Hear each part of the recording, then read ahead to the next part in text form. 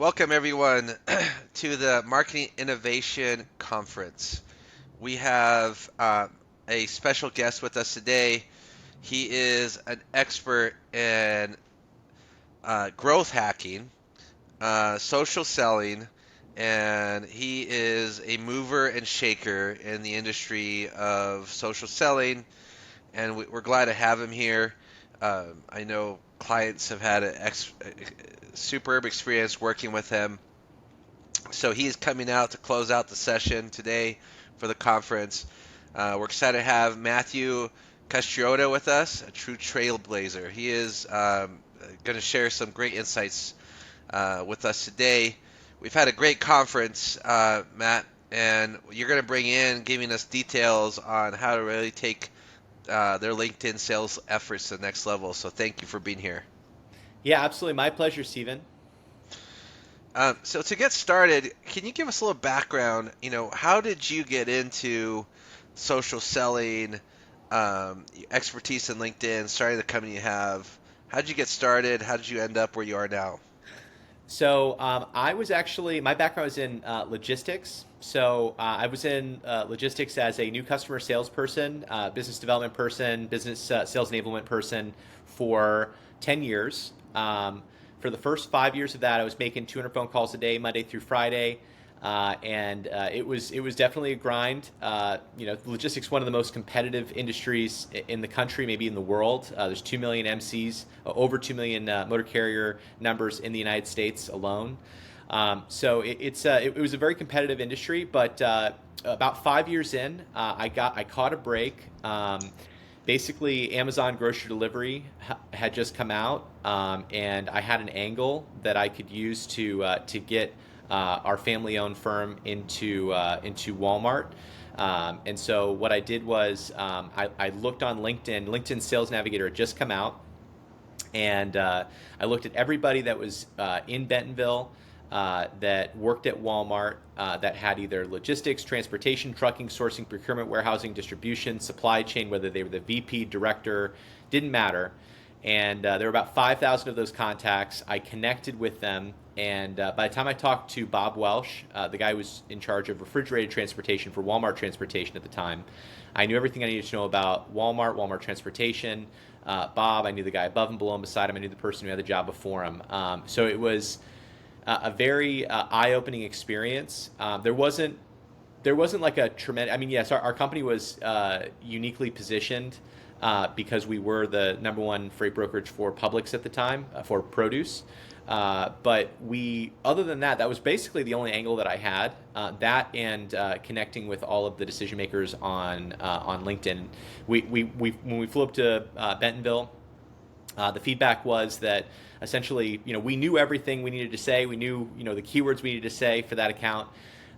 It was eye-opening because when we asked, how did we get this appointment, they said LinkedIn. So that's what happens when you send, an angle to, 5,000 people within a very centralized location that all work at the same company, right? You're going to get, it was probably politically unavoidable, the meeting was. And then we were able to get that over the line. Walmart doesn't do business with companies that are under $1 billion. Typically, is what we were told. And at that time, we were only at $132 million in revenue as a freight brokerage. So it was just an amazing experience. Didn't stop there.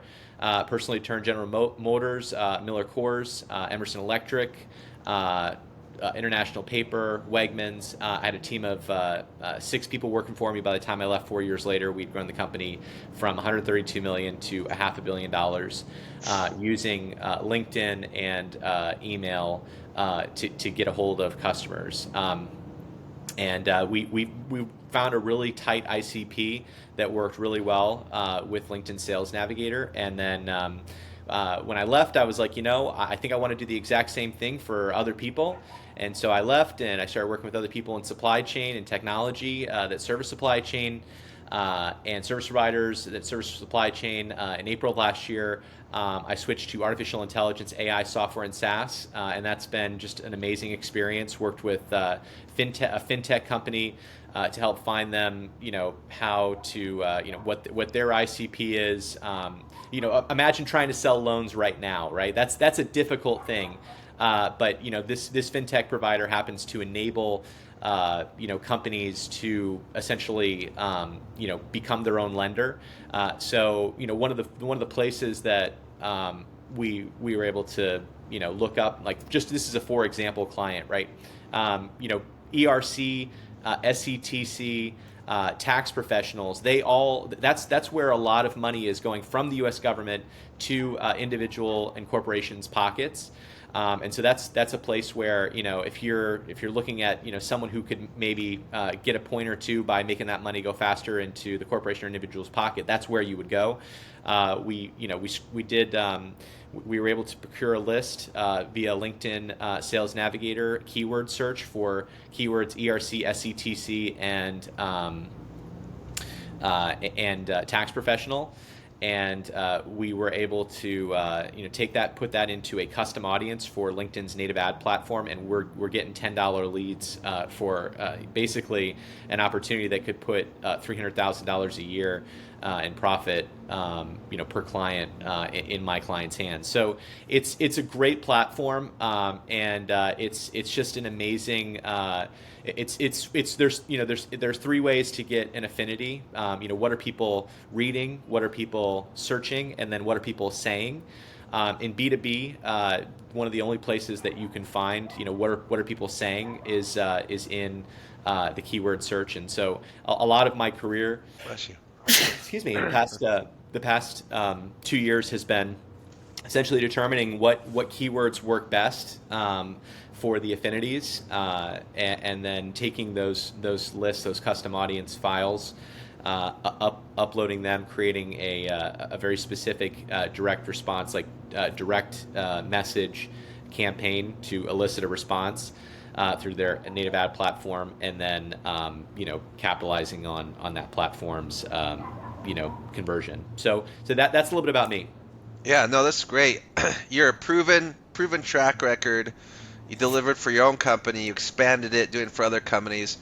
And you've outlined kind of what we're going to talk about today. But to get started, for those trying to understand LinkedIn Sales Navigator, okay, if you could explain to them what's the difference of Sales Navigator versus what they have in LinkedIn, and why should they use Sales Navigator? So what's nice about Sales Navigator, there's two levels of Sales Navigator. There's Sales Navigator Core and Sales Navigator Advanced, okay? So Sales Navigator Core, it's $100 a month. Sales Navigator Advanced, it's about $179 a month if you were to do the month-to-month plan.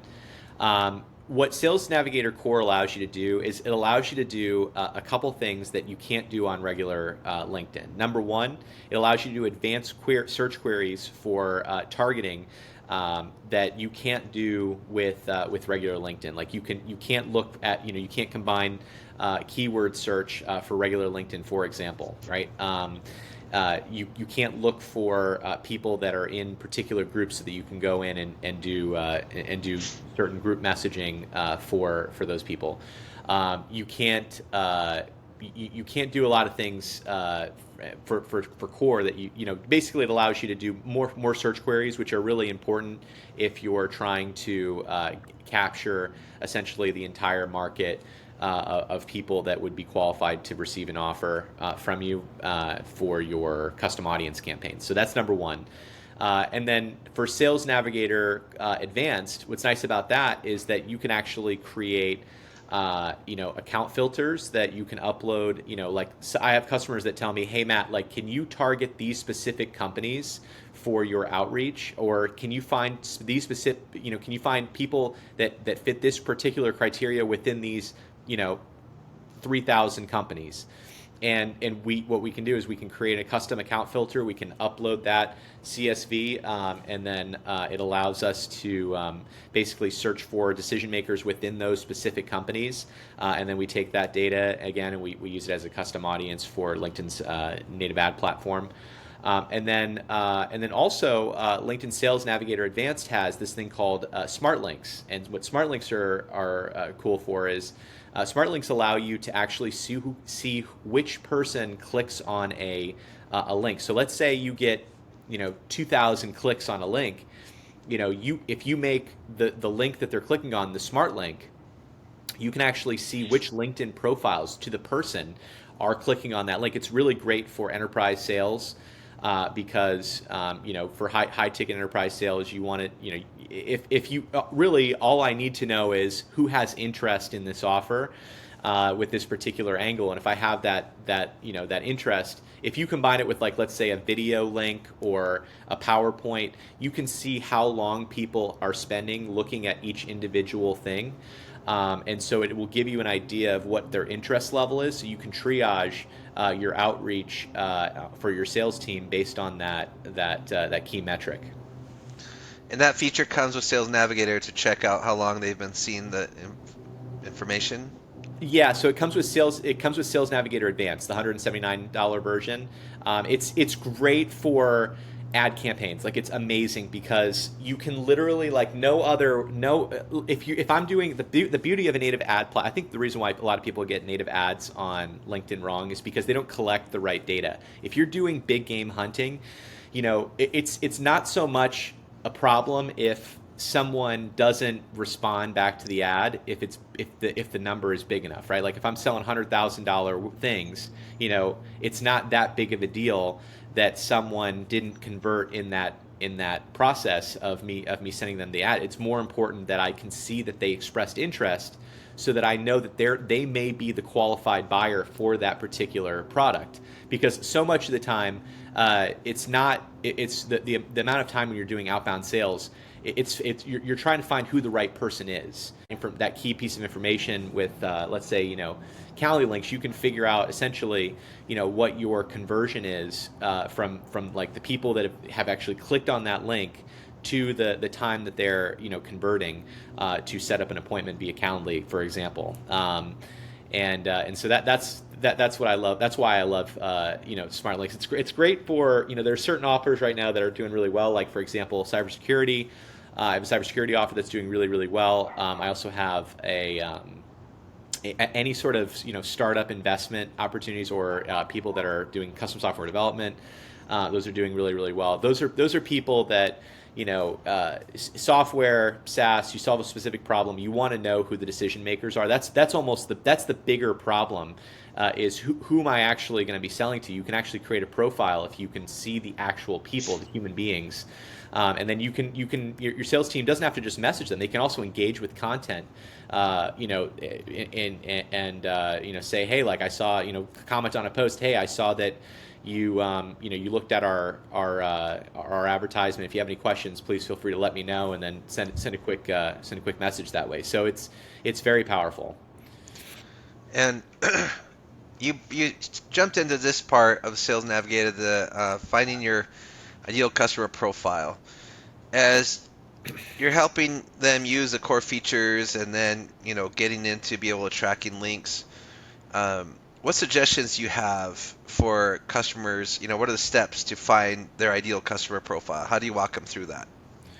Yeah, so first it starts with just a guess. I mean, we're going to take our gut instinct and we're going to go, okay, like, we believe that the problems that we're solving are, generally speaking, going to be solved. There's the person who actually needs the product. There's the person who's going to sign off on it, and then there's the person who's going to pay for it. Not all the times are those three people the same person. Not all the times is the person that's going to use it the person who's going to be, purchase it, going to be the decision maker, right? You need to determine what your cast of characters are within an organization. So I think that's the hardest part, is just determining, of those cast of characters that you could potentially turn into clients, or who could potentially be the decision maker, which one has the best pull through with regards to setting up appointments or getting you to the end result. So a lot of it is kind of like, I would honestly, after being exposed to cybersecurity, I would kind of compare it to penetration testing. I mean, you've got all of these companies, you've got all these people within these companies, and they're on LinkedIn, and we don't know before we start selling, which ones are going to answer the messages, which ones are the messages are going to resonate. So there's a lot of A/B testing in the very beginning, but once you find once you've taken like 2 or 3 or 4 campaigns to kind of just suss out, okay, like, you've taken this file, this targeting file, this targeting file, this targeting file, and then you've you can either test the targets or you can test the messaging. Those are the two different variables when it comes to LinkedIn custom audience advertising. And so what I typically like to do is I like to try to test the targeting first, because it's more likely in my experience that targeting is going to be off than messaging is going to be off, because people think endlessly about messaging. A lot of your competitors do, but in reality, messaging on LinkedIn is a very simple craft. It's what is the end result, and here's the call to action.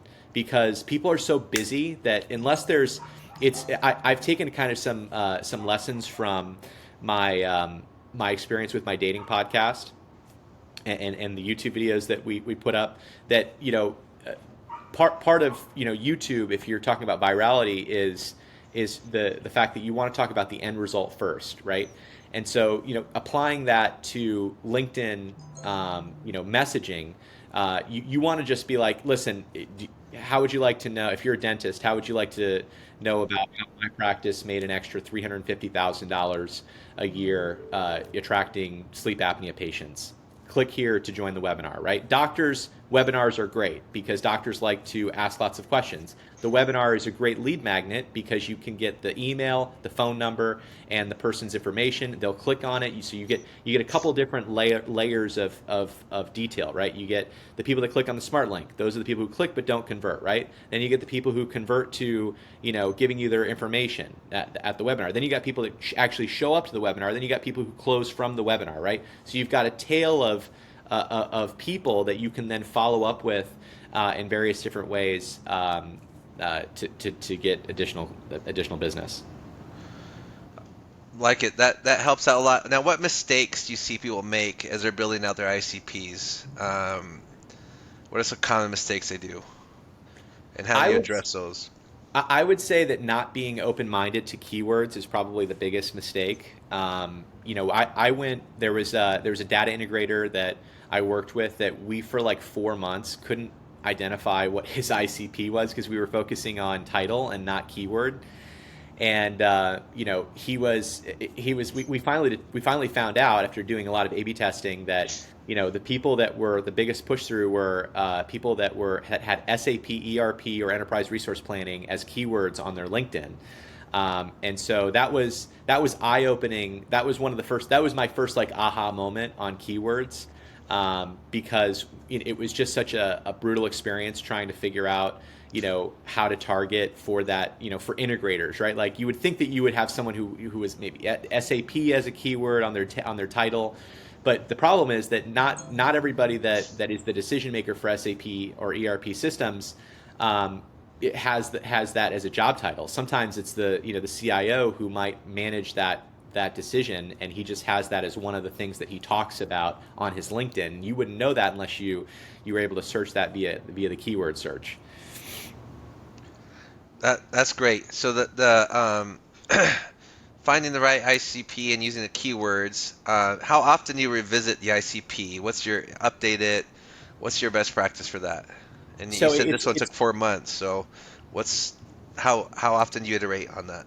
so Stephen, it's a spiritual thing. I mean, when we go in, it's partly how the client feels about the experience, because sometimes in these B2B sales cycles, you don't. I mean, sometimes they're 12 to 15 months long. So a lot of times there's an art to to what we do from an outreach standpoint. Like when we start doing like LinkedIn outreach, we're going up against the traditional B2B like sales knowledge, the top B2B salespeople in any industry. Typically, just what they'll do is they'll identify the top 100 or 200 or 300 people that they would want to target within their industry. They'll identify the decision makers, each one of those companies, and then they will just hit them. They'll hit them with every single holiday, sending them something, right? That's the traditional way. It's not a needs-based analysis. It's basically just like these are the biggest companies that if they eventually ever had a need over the next 15 months, I could probably turn them by just being friendly with them, right? Whereas what we're doing whenever you start talking about LinkedIn ad spend, you start talking about direct response campaigns.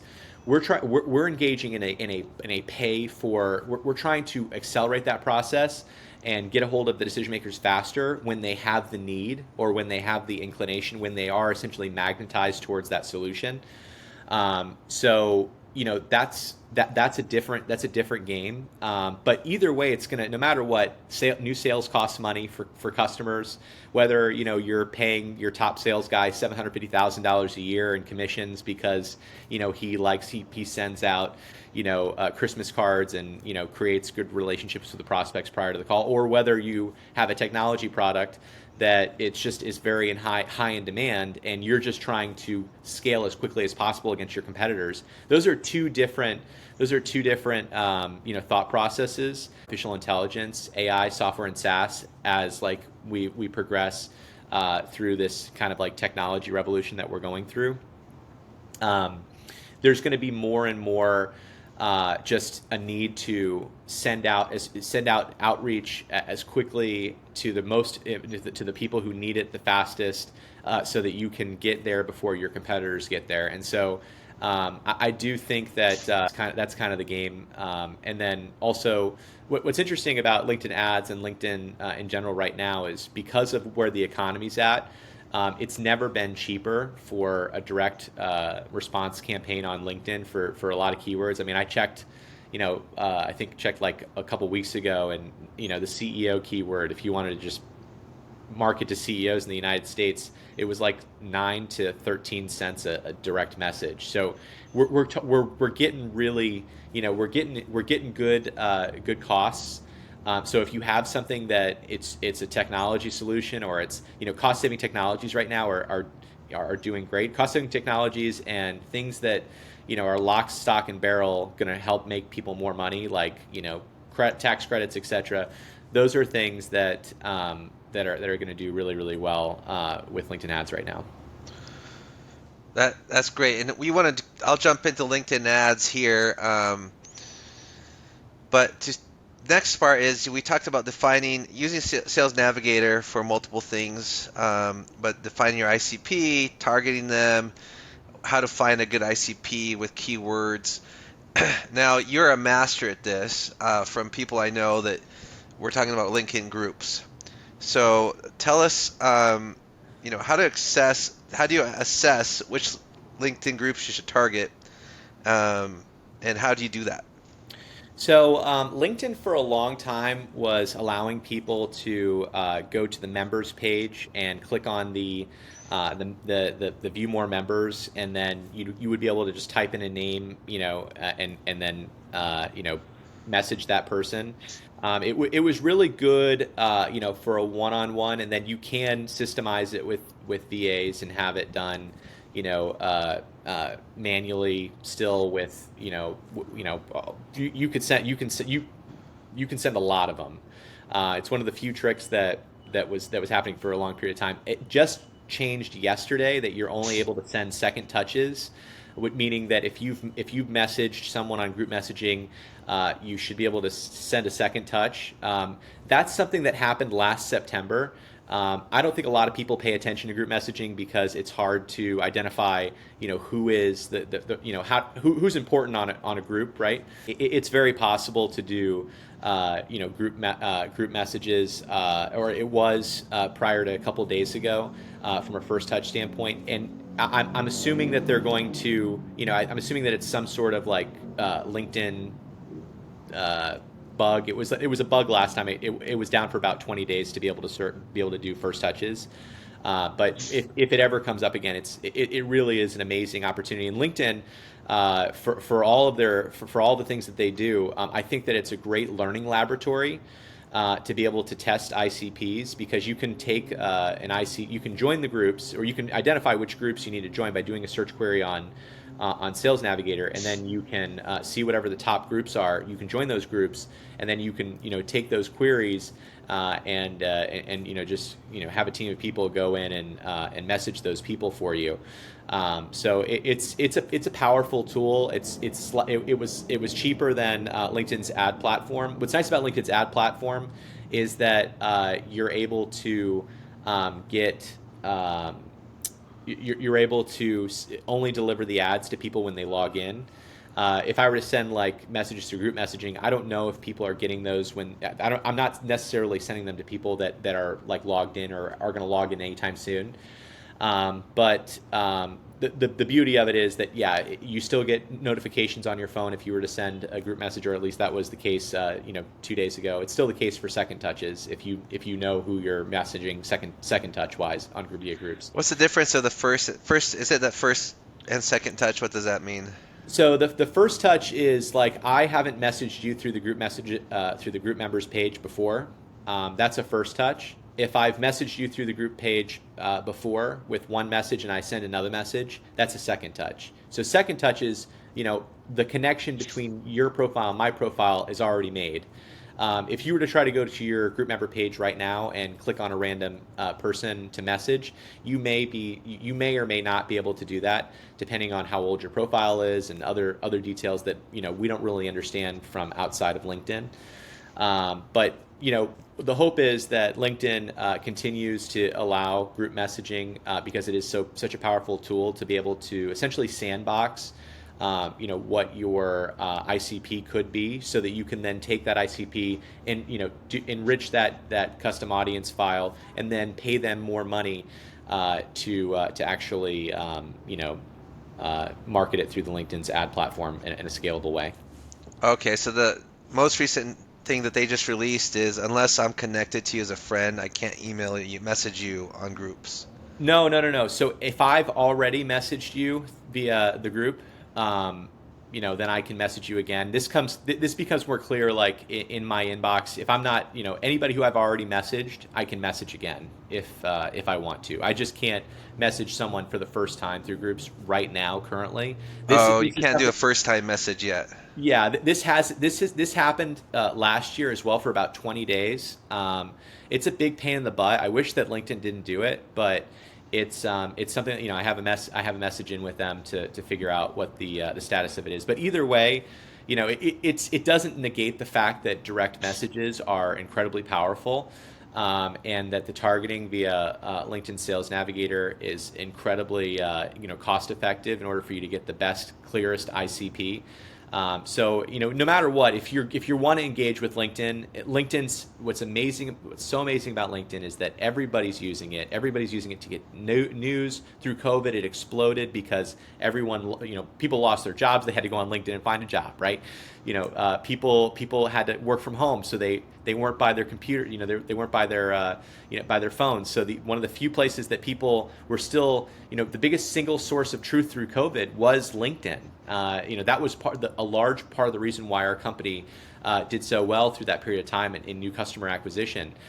Was because when all the other databases were defunct because everyone changed jobs, because all these people were essentially laid off, we had the single point of truth on LinkedIn. So it's a great tool. It's expensive, but if you do it right, you work with the right professional, and you have an offer that is a good offer.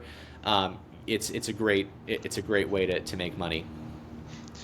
Um, so while we're talking about LinkedIn groups here, is there any other strategy you use for LinkedIn to be involved to help you drive more social sales besides a direct message?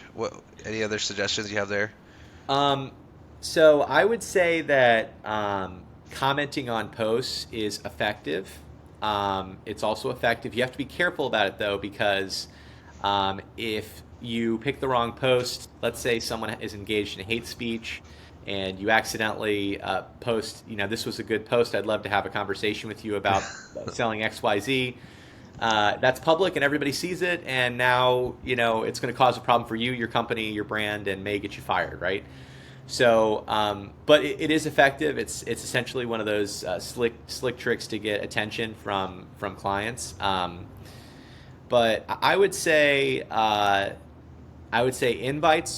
invite to connect. You can send a 300 character, including punctuation and spacing. Invites, you can't forget about those. Those are great. For invites, you only get like 800 of those a month. You get 200 a week.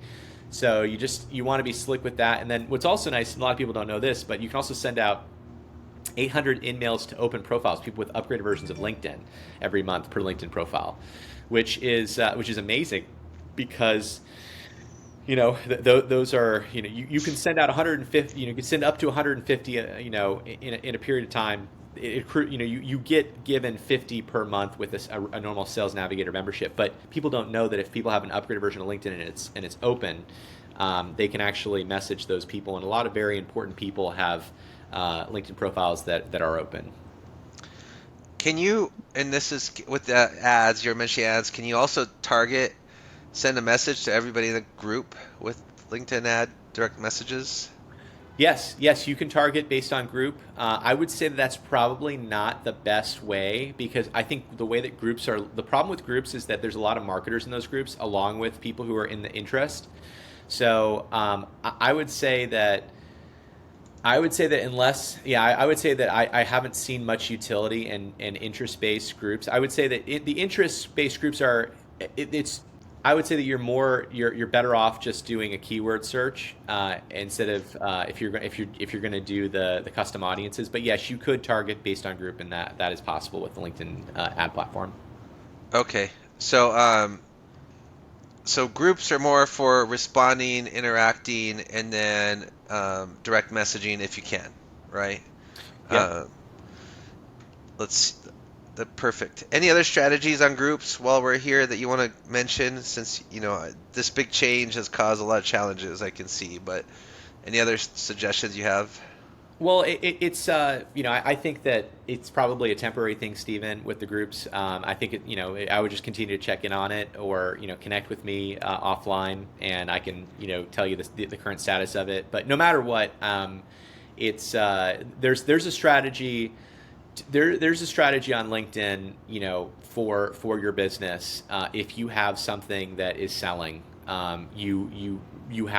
you have a wide open market on LinkedIn. It's definitely it is a business accelerator, and working with people that have been in the trenches, to like me, who have actually used it to get business at the highest levels with particular campaigns. I think it saves you a lot of headache, and I think a lot of people. The reason why a lot of people don't work with LinkedIn past Sales Navigator, just having it and giving it to their salespeople, is that in a lot of ways people discount the fact that it's digital outreach, um, but I mean digital outreach, it has worked wonders for me, and to get some of the highest level people that you could never get a hold of any other way. So it's best for people that you can get a hold of no other way. And I would say if you stack up enough profiles, that are important, and you send a message to them, you're going to get a hit rate. Now, transitioning over, which is great. So what do you say? Outreach messaging. When you first outreach a new connection, what's your strategy? What should you say? What should you not say? What's your counsel here? Well, I think that there's a couple different things you could do. Okay, if you're going to invest in LinkedIn ads, you're probably going to want to just end with the result, right? Like, do you use these other cybersecurity tools? If you do, we'll save you 15% on your bill. Click here to watch the demo video and sign up for for Best Defense, for example, right? If you're doing something like, let's say, more like, if you're just doing a sniper approach, I would say the better, the more context, obviously, the better, right? Like, there are contexts that really work well. The best context is referral. So if anytime you can get a referral to the right person, name dropping someone's name it beats conferences, hands down. Talking about something that nobody else is talking about is actually a really good thing too. So back when the electronic logging device mandate was coming for trucking, I actually was writing about how the ELD mandate was going to affect, trucking, the trucking supply. Nobody really, especially in produce, nobody really knew that, the amount of people lying about their logbooks in trucking was so high. Because these truck drivers would just sit and get loaded with watermelons in the field, and it would burn up all their hours, and they would just lie on their logbooks and say that they started at another time.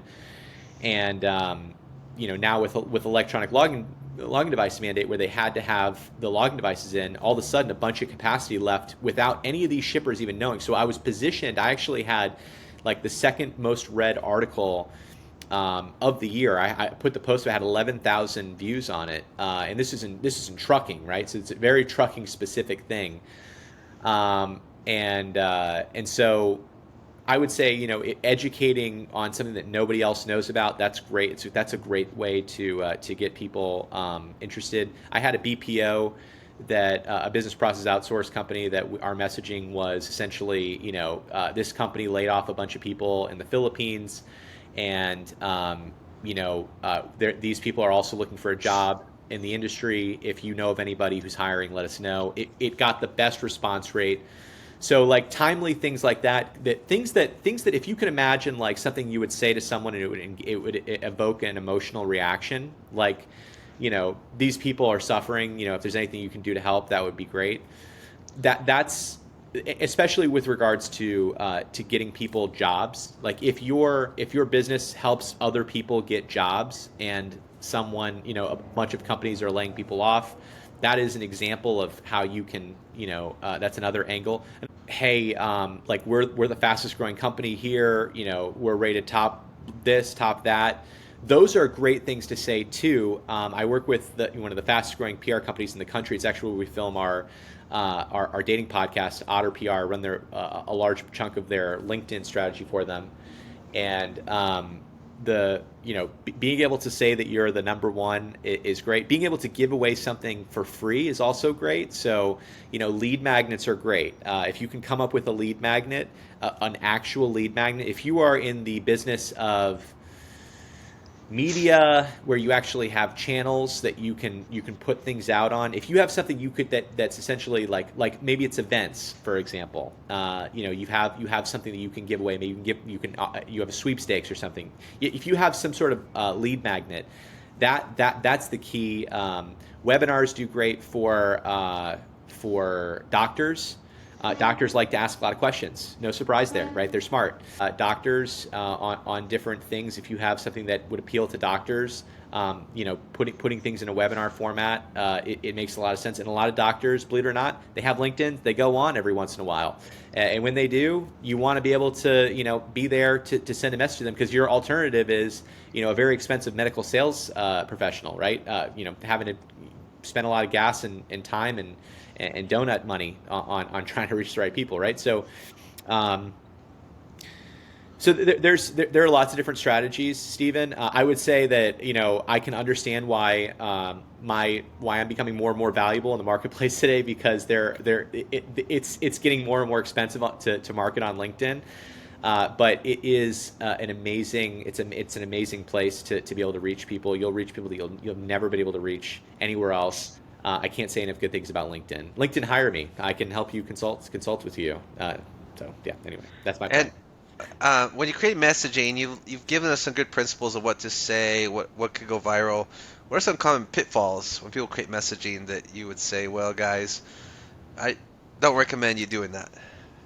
I think people get it wrong by just trying to write like. There's two things that I see that are like really silly, right? Like one is just pestering the shit out of a client or a prospect, and that means like, okay, like I'm going to send 7 messages, but I'm not going to sell until the seventh message. It's like, why did you even if you're going to do a follow up, do the ask, and then ask, hey, is now a good time? Just follow up to try to get on the calendar, right? You're trying to close the appointment first. You're not trying to, you're not trying to be one of the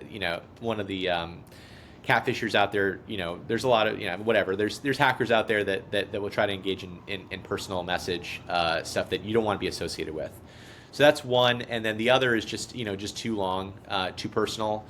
The best positioning is, this is what's in it for you, and click here to access this offer, right? Like that's ultimately, like, if you can get to that level, that's the best you can get to, in my opinion. Yeah, that's great.